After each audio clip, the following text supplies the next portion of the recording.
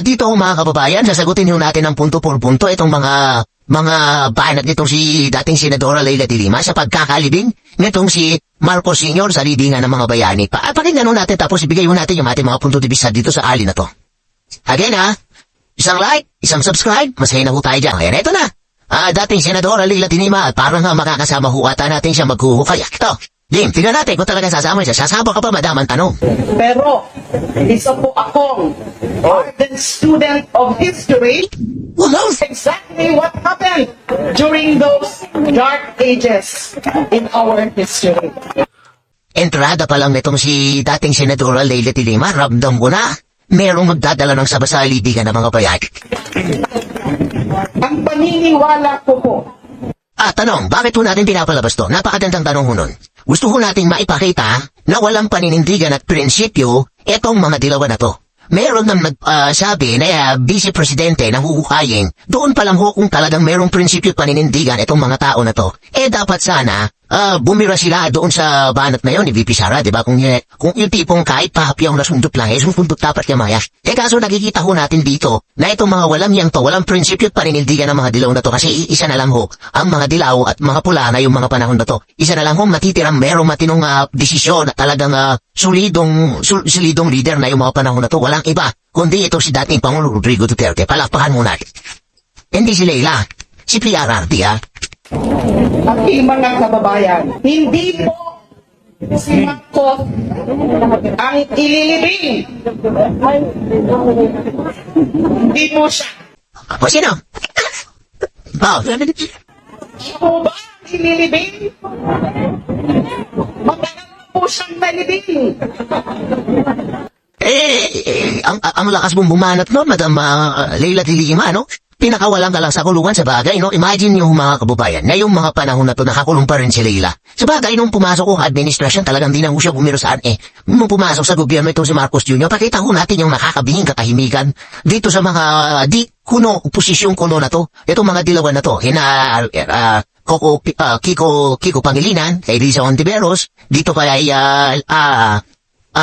Bambakino, wala ho tayong narinig na ni katiting na pagbatikos dito sa mga individual na to, sa mga kapalpakan ng administrasyon itong si Marcos Jr. Yun nung ginasasakit pa na loob natin. Bakit noong kay Tatay Digong, ang ganda-ganda ng palakad ng mama, bira kayo ng bira. Anak ka ng kawa. Ng diktador bilang isang diktador.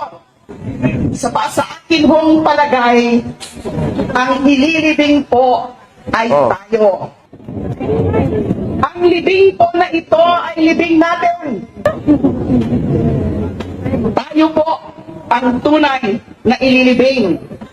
Tayo po at ang ating kasaysayan ng paglaban sa mga diktador at berdugo.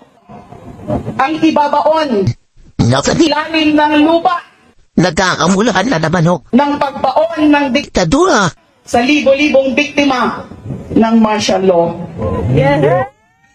Ng paghati sa kilo sa mga bangkay ng mga kabataan na ninais labanan ang kadiliman.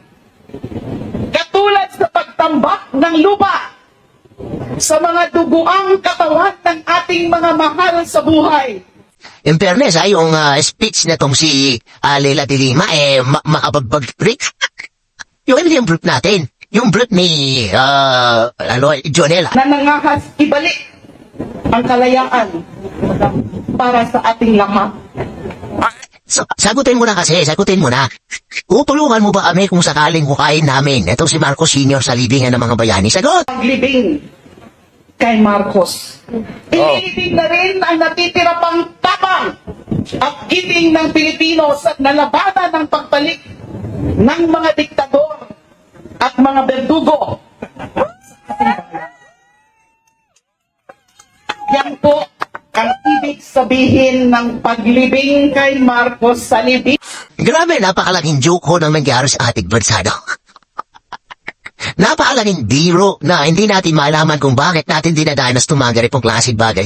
Matakin nyo yan mga kababayan, yung sinuka natin, yung talagang galit na galit tayo dito sa mga individual na to dahil sa mga kalokohan nila, mga kabalbalang pinaggagawa nila sa ating bansa. Yung korupsyon na, lantarang korupsyon nangyayari sa ating bansa nung panahon ng mga tilaw na to. Tapos linukulok natin si Tatay Digong. isang pambubudol lang na, itigil, tutuloy ko yung ginawa ni Duterte. Yung war on drugs, problema, akong bahala dyan. Ito. Lahat ho pala ng sinabi nitong si Marcos Jr. Puro kasinungalingan. Nakakalungkot man nung isipin. Sa bagay, ang daming ang matatalinong nabudol di ba? Naniwala sila kay Bibi Sara. Yun yung, naniwala sila kay Bibi Sara. At talagang, naniwala tayo kay Bibi Sara at naniwala tayo na, tutuparin niya yung kanyang mga pinangako. Ibig sabihin, yung panluloko, nasa dugo na ho talaga ng mga Marcos na to. Kaya naman, yung mga tatakbo, na may apelidong Marcos, mag-ingat-ingat ho kayo sa mga yan. Meron ho tayong nabasa isang comment, isa ko doon sa mga kasama natin dito, di ko lang alam taga Ilocos daw ho siya, at taga Solid North, iga nga, no? Taga Ilocos daw ho siya, marami na daw kung galit na yon sa pamilya Marcos, dyan sa Ilocos. Dahil sa mga kalukuhan na nangyayari doon, yung mga EDCA. Ilan ng mga bayani, hindi ho ba malinaw sa kanila kung anong ibig sabihin ng bayani?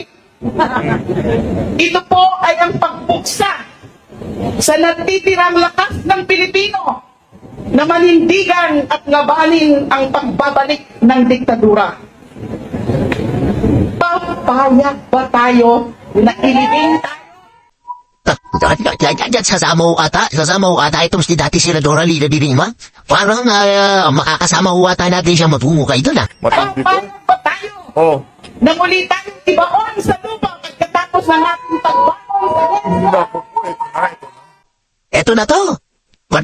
Payag na. Marcos, sa libingan ng mga bayani, Oh. Mini can rule again in this country. And let us not give anybody the chance to be a tyrant or dictator in this country. Maraming salamat po.